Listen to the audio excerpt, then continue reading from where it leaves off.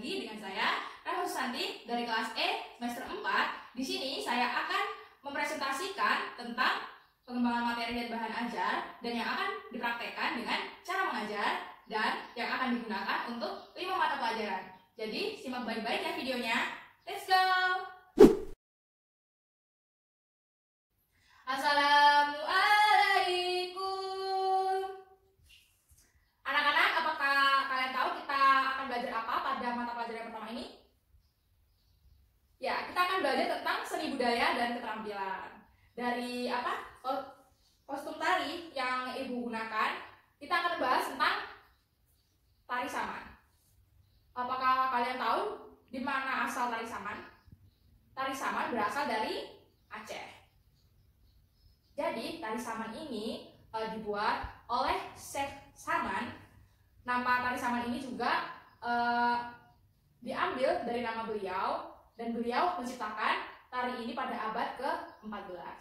Pada dasarnya gerakan tari saman ini berupa tepuk tangan yang berirama dan bertempo dan tepuk dada. Jadi ibu akan mencontohkan bagaimana gerak-gerakan tari saman. Tari saman ini dilakukan sambil duduk dan biasanya lebih dari 6 orang yang melakukannya atau 6 orang yang paling sedikit. Dan tari saman ini biasanya dilakukan secara berpasang-pasangan, pasang-pasang seperti itu. Jadi biasanya orang yang melakukan tari saman itu harus berjumlah genap agar mudah untuk berpasang-pasang saat melakukan tari. Jadi ibu akan mempraktekannya ya.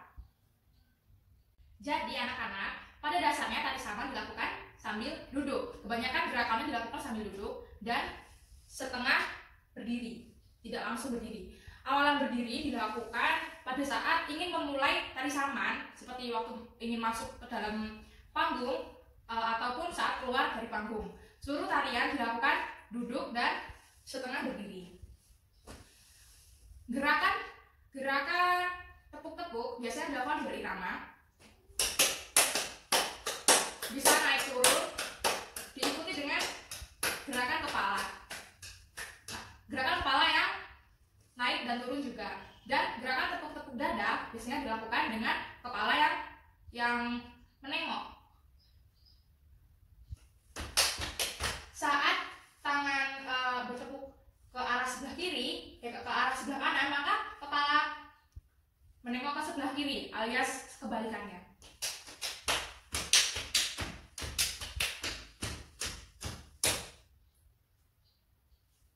Seperti itu. Itu adalah gerakan dasar tari saman yang dapat ibu sampaikan. Itulah tadi gerakan dasar tari saman yang dapat ibu sampaikan. Kita akan berlanjut ke mata pelajaran yang kedua. Apa sih mata pelajaran yang kedua yang akan ibu bahas? Penasaran kan? Tetap tonton ya. Tapi ibu kan dibaca dulu. Kita lanjut lagi ke mata pelajaran yang kedua, yaitu matematika. Kita akan belajar matematika apa sih kali ini?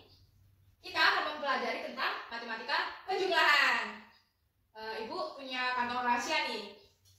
Apa ya isinya?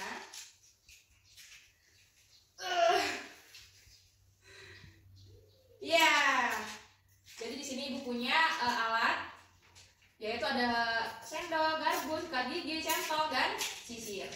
Jadi berapa sih 1 ditambah 1? 1 sisir ditambah 1 sikat gigi. Jadi ada 1, 2, 1, 2. Jadi ada? Ya betul, 2. Pinter ya. Lalu 2 ditambah 2. Ada 2 ditambah 2. Hitung ya. 1, 2, 3, 4. Jadi ada 4. Ya betul. Lalu yang terakhir ada 3 ditambah 2. 1, 2, 3 ditambah 1, hitung bareng-bareng sama ibu ya. 1, 2, 3, 4, 5. Jadi ada 5. Ya betul. Jadi sampai di sini materi matematika hari ini. Kita akan bertemu lagi di materi berikutnya. Kita sudah sampai ke mata pelajaran ketiga. Kira-kira kita akan membahas apa sih di mata pelajaran ketiga?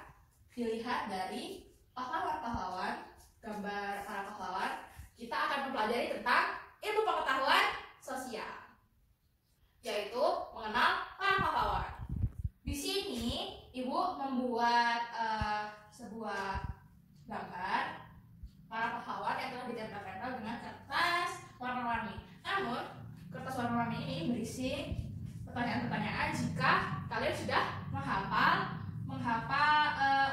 gambar para pahlawan. Jadi ibu akan menyebutkan nama-nama para pahlawan dan kalian harus mengingatnya ya. Setelah kalian mengingatnya, kalian bisa menjawab pertanyaan-pertanyaan. Tapi kalian akan menjawab pertanyaan-pertanyaan kalau sudah memahami para pahlawan ya. Pada gambar yang pertama, bisa di zoom. Siapa para pahlawan ini? Pahlawan memakai topi, yaitu Teguh Umar. Lalu yang nomor 3, beliau ini disebut dengan Bapak Pendidikan Indonesia, yaitu Ki Hajar Dewantara. Lalu yang nomor 6, yaitu adalah Presiden pertama Indonesia yang membacakan teks proklamasi, yaitu Bapak Insinyur Soekarno. Lalu yang 11, beliau ini adalah Ketua Muhammadiyah, yaitu Kiai Haji Ahmad Dahlan. Lalu ke-9, beliau ini bernama Teguh Cikditiro. Lalu yang ke-8 ini adalah pahlawan yang berasal dari Maluku, yaitu Kapten Patimura. Lalu ke-13 yaitu Sultan dari Kerajaan Aceh, yaitu Sultan Iskandar Muda. Bisa sampai 13 dulu ya kalian menghafal, karena masih terlalu banyak, takutnya nanti kalian lupa. Baik, ibu akan memberikan kalian pertanyaan dengan gambarnya dulu ya. Nomor 3 adalah gambar seperti yang ibu tadi sebutkan. Nomor 3 adalah gambar, ya betul, Ki Hajar Dewantara. Materi IPS hari ini sampai di sini ya. Sampai ketemu di materi keempat.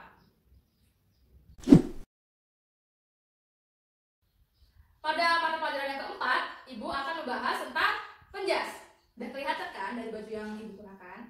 Jadi ibu akan mengajarkan tentang cara melakukan gerakan senam melantai sikap lilin dengan benar.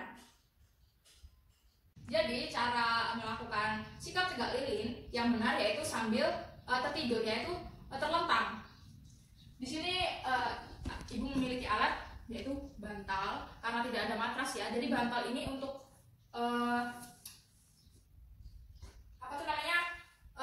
untuk tiduran agar punggung tidak terasa sakit. Jadi yang pertama kita harus tertidur, tertidur dengan lurus, rapat kaki dan tangan. Lalu kaki harus naik, namun tanpa bantuan tangan ya. Jadi harus benar-benar melatih keseimbangan dari badan. Saat kaki sudah setengah berdiri seperti ini, tangan ditaruh di pinggul dengan membentuk segitiga dan membantu kaki naik ke atas.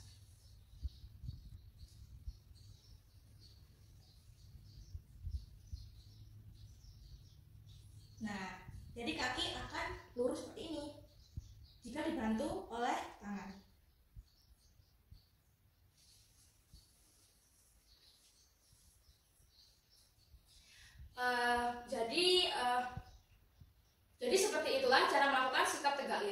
tujuan dari sikat tegak lilin ini adalah membantu kita untuk menyeimbangkan atau keseimbangan tubuh dan menyehatkan badan.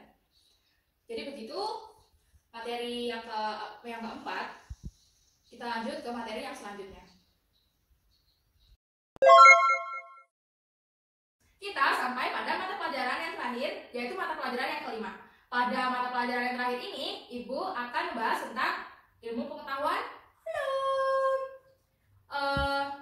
Pada mata pelajaran IPA ini, Ibu akan membahas tentang bagian tubuh dan fungsi-fungsinya. Jadi, bagian tubuh kita itu kan ada banyak nih, jadi kita akan membahas fungsi-fungsinya. Bagian tubuh kita ada dari kepala, badan, sampai kaki. Kali ini Ibu akan membahas tentang bagian tubuh, kepala, dan fungsi-fungsinya. Bagian tubuh yang akan Ibu bahas adalah bagian kepala. Bagian kepala yang paling atas adalah rambut.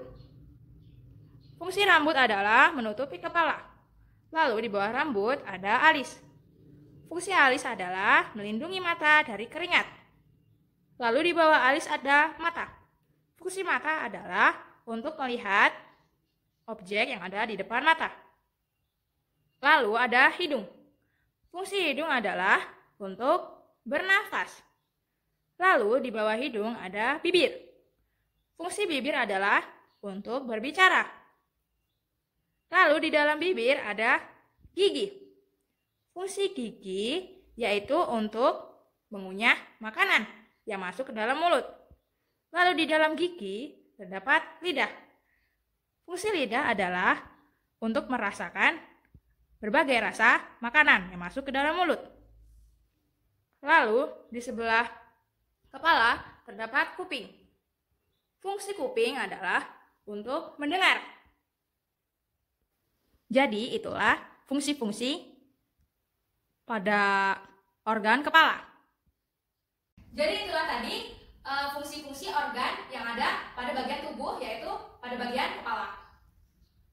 Dan materi yang kelima, yaitu ilmu pengetahuan alam, mengakhiri pertemuan kita pada hari ini. Sampai ketemu lagi ya. Terima kasih. Wassalamualaikum.